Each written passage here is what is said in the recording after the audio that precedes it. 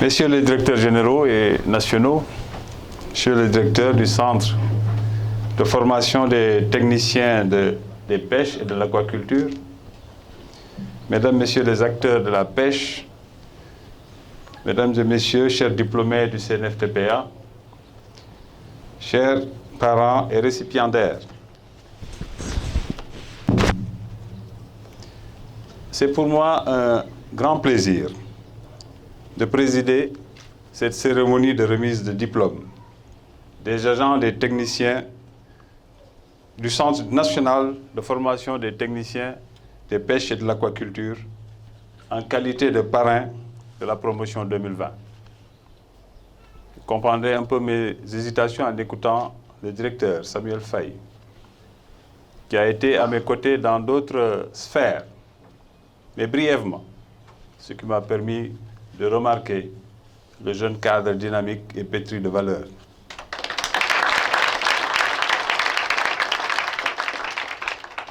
Lorsque la proposition de parrainer la présente promotion m'a été adressée par la direction, j'ai accepté avec satisfaction, car je suis plus que jamais convaincu que le développement de la pêche et de l'aquaculture ne peut être envisagé sans une formation de qualité, adaptée aux exigences actuelles du secteur qui renferme les principales activités pourvoyeuses de devises pour notre économie nationale.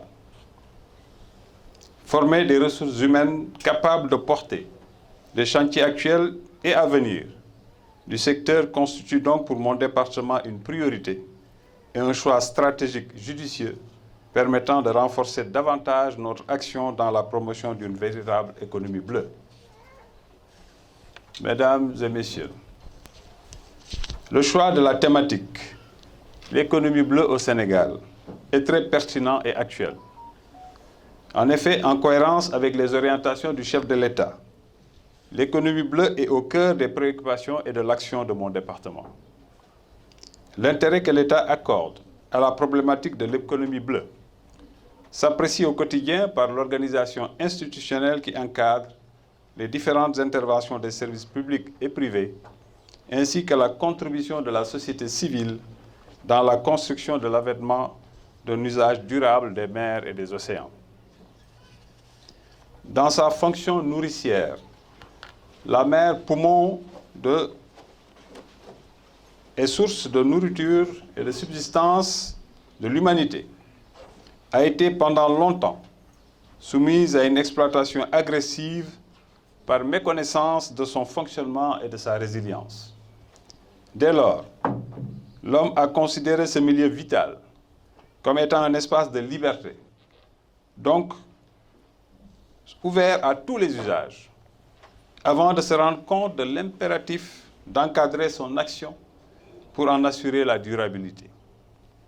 En effet, du double constat de la dégradation de la couche d'ozone et de ses corollaires sur le climat, d'une part, et de la raréfaction des ressources halieutiques et végétales marines, ainsi que la problématique de l'exploitation des ressources minières sur l'environnement marin, d'autre part, l'humanité a finalement pris conscience que sa survie dépend étroitement de la mer. Vous me permettrez tout à l'heure des digressions par rapport à toute cette clameur qui accompagne souvent le secteur. Par ailleurs, la mondialisation et le développement des transports maritimes, devenus épine dorsale des échanges commerciaux internationaux, ont fini de dicter une approche de précaution basée sur la sécurité et la sûreté en mer. Enfin, l'économie littorale, soupape sociale des peuples et des États riverains, souvent mis en mal par des catastrophes écologiques perturbant durablement les écosystèmes multiformes, s'est révélée un facteur de régulation communautaire. Tels sont les enjeux de l'économie bleue. Pour en mesurer l'étendue et la pertinence, je voudrais me référer à la définition qu'en donne l'Union africaine dans la charte dite de Lomé sur la sécurité maritime. Je cite: « L'économie bleue se conçoit comme un développement régional intégrant l'utilisation des mers et des océans, des côtes, des lacs, des fleuves et des eaux souterraines à des fins économiques, notamment entre autres dans la pêche, les mines, l'énergie, l'aquaculture et le transport maritime, tout en protégeant la mer pour améliorer le bien-être social. » Mesdames et messieurs, il s'agit pour le Sénégal d'exploiter le potentiel du milieu marin et associé en créant des activités génératrices de richesses vertes pour les populations tout en alliant le vivant, le viable et l'équitable qui sont les conditions d'existence d'un développement durable. S'inscrire donc dans une perspective d'économie bleue constitue une priorité. Adossé à la vision du président de la République du Sénégal, son Excellence Macky Sall, qui est de promouvoir une économie maritime inclusive, pourvoyeuse de ressources et génératrice d'emplois. C'est là une ambition affichée de l'État du Sénégal, de moderniser son action et de contribuer à la compétitivité des différents acteurs. Ce processus de modernisation s'inscrit dans un environnement international marqué par une volonté d'atteinte des ODD, objectifs de développement durable, à travers l'adoption de nouveaux instruments visant la conservation et l'exploitation durable des ressources marines. L'atteinte de ces ambitieux objectifs nous invite à la recherche d'une culture de performance pour l'ensemble des organisations évoluant dans le secteur. Cette quête de performance passe nécessairement par une formation de qualité adaptée aux exigences contemporaines et aux nouvelles connaissances et pratiques en matière d'économie bleue. Je tiens à rappeler que la formation de ressources humaines qualifiées et compétentes constitue une priorité pour le développement du secteur de la pêche et de l'économie maritime.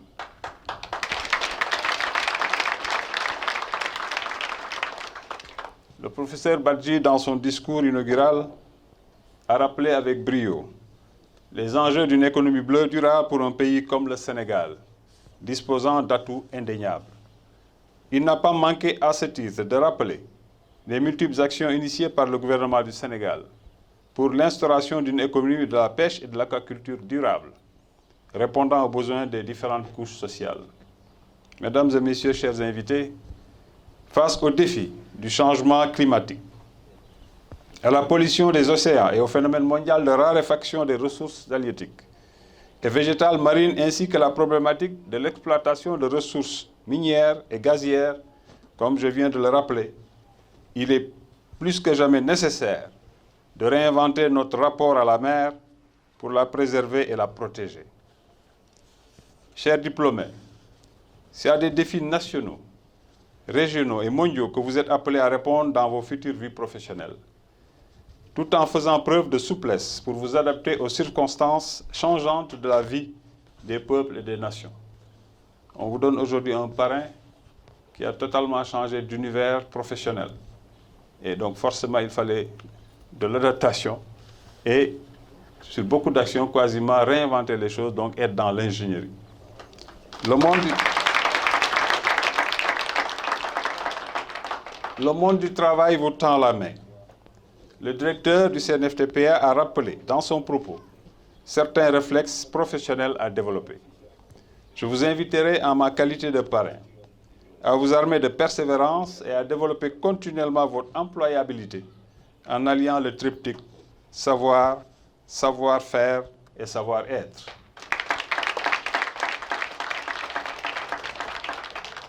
Je suis fier de rappeler la devise de mon école qui consistait à dire savoir pour mieux servir. Le savoir, vous devrez l'actualiser tout au long de votre cheminement professionnel, dans un monde où la recherche et les découvertes avancent à un rythme effréné.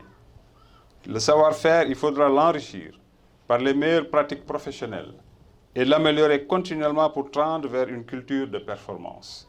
Enfin, le savoir-être vous permettra de vous distinguer positivement à travers vos différentes attitudes de valeurs qui constituent de nos jours de réels leviers d'insertion et de promotion professionnelle.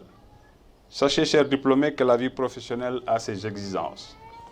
Vous devez en permanence faire preuve d'adaptabilité, tout en restant inflexible sur vos valeurs éthiques et principes moraux. Voilà un futur professionnel de la pêche.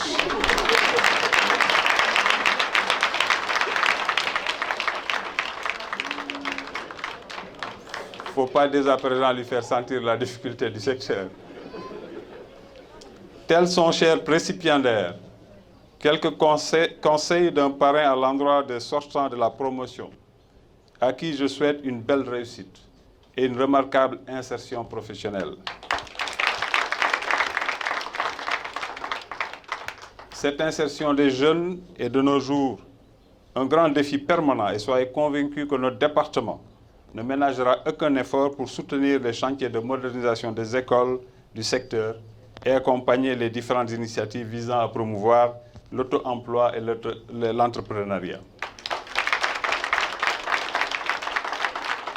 À ce moment, je ne pourrais citer tous ceux qui sont présents là, mais vous me permettrez déjà de remercier la réponse positive faite à mes interpellations au directeur général du COSEC, à celui, sauf erreur, de l'ANAM, qui ont pris la décision, en tout cas, de donner corps à mes orientations, d'accompagner de façon positive les deux écoles que nous avons, le CNFTPA, mais également l'ENFEM, pour prendre en charge leurs frais de fonctionnement dans cette année qui s'annonce.